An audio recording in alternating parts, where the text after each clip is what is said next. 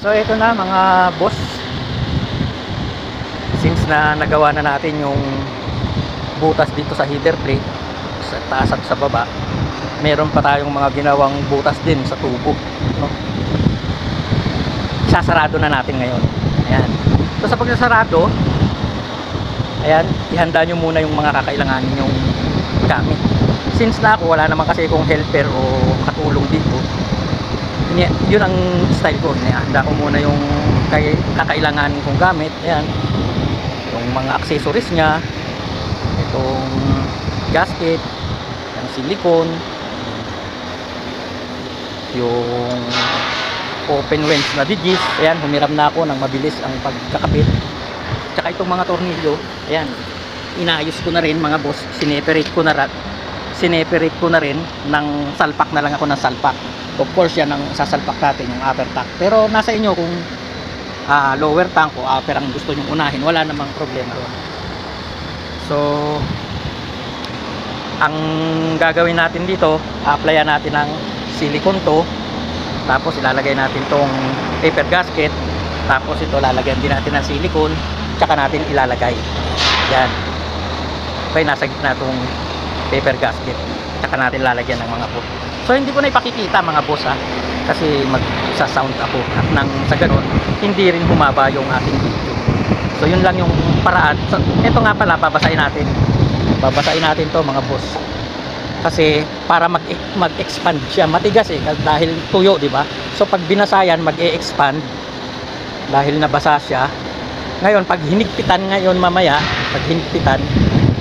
dahil sa nabasa siya, maipe-press natin siya ng mahigpit dahil hindi na siya matigas. Okay? So yan, ganun na lang, at i-update ko na lang kayo mamaya. So nakaayos na yan, sasalpa ko na lang. So okay na mga boss, ayan, naikabit na po natin.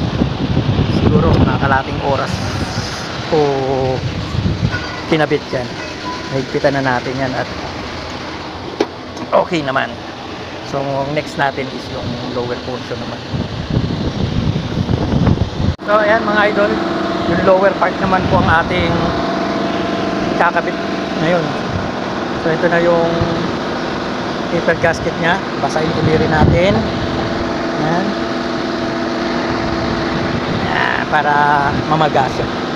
Then ayan, malinis na rin yung header plate nya. Lalagyan natin yan ng silicone. Ito, tapos ayan na, hinanda ko na yung mga kakailanganin ko ulit, at saka ayun yung tangke. Okay, so kakabit ko na mga idol, at ako ay mag-music ng disco para mabilis yung aking kilos. Update ko na lang kayo pag natapos ito, ililigtest natin na mga boss. Nailagay na natin yung lower tank nya. Ayun. Ngayon i-testing na natin para malaman natin kung may butas pa yung header plate at saka yung dito na butas nya. Header plate dito, saka header plate din doon sa baba.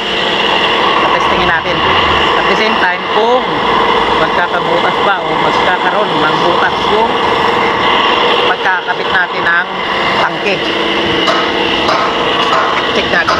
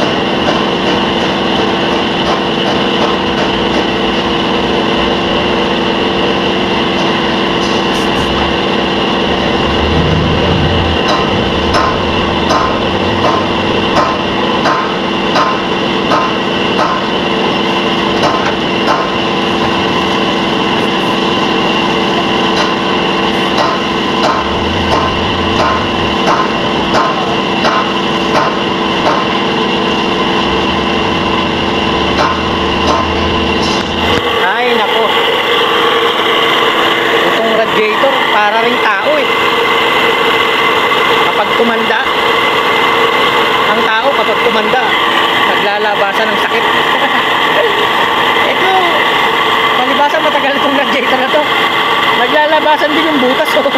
Walang yan ah. I-repair ko pa mga boss. Marami pa siyang butas sa header plate.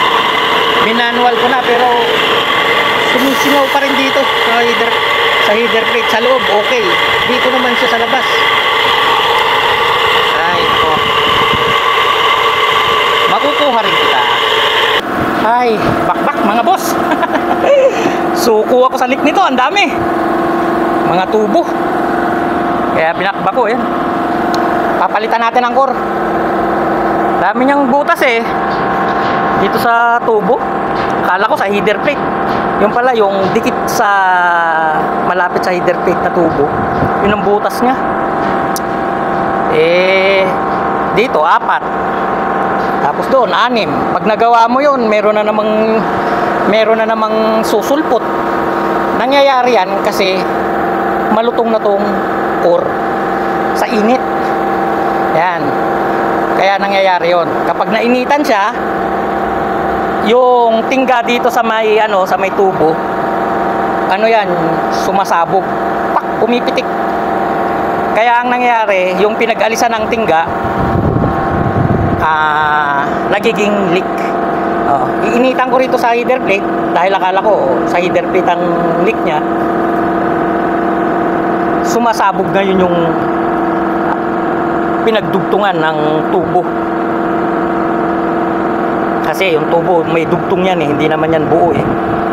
Doon siya, pag nainitan, yung tingga doon na pinanghinang sa tubo para mag-bind, yun yung sumasabog.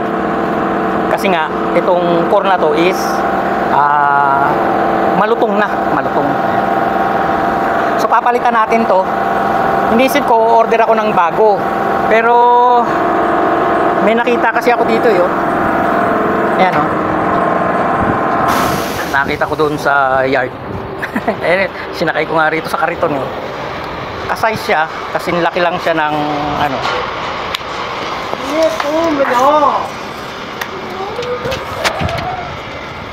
kasing taas lang din siya. Yan o, 81 o 80 palagyan natin 80. Itong core niya kasi 78.5.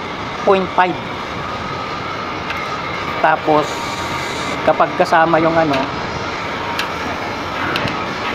80 yan, 80. So dito naman, so yan 80 rin siya, di ba? 80 mm. Kaya pasok to yun. Tapos lalo na sa lapad 39 lang siya 39 mm lang, di ba? So ito, tatabasin pa nga natin ito. Ang lapad nito eh. Yan, ganyan. 65 to. 65. Sobra. So yun. Parang parang porous din to eh. Tapos unipin din. Basta ganun kapag magtatabas kayo, kung magre-resize kayo ng core, kailangan pareho. Ayan unipin to sa liwaan, tapos yung pin niya diretsuhan na ganyan, kagaya ng pin nito, unipin din. Ayan. Diba? Tapos 4 rows lang din siya. 1, 2, 3, 4. Diba? 1, 2, 3, 4. 4 rows lang din. So antayin ko lang yung bisor naming Sri Lanka. Sasabihin ko, kakatayin ko yun, lalagay ko rito kaysa o-order pa nito. Pag umorder naman, pwede rin naman sa mo-order kami sa Al Salama kasi made to order to eh. Siguro mga 3 to 1 week, ganyan. 3 days to 1 week, babalikan yan doon. Yari na to sa Al Salama. Shout out sa mga kapatid natin sa Radpil. Ayan, nasa Al Salama radiators sila ngayon dyan sa Damam. Kumusta tropa dyan? Eto, pag natuloy to, o-order ako sa inyo nito. Okay, so yun lang update. Tatanggalin ko pa to. Wala, hindi kinaya ng powers. Ang dami. Magtatagal tayo. Naiinip ako pag ganun. Matagal gawin. Update ko na lang kayo.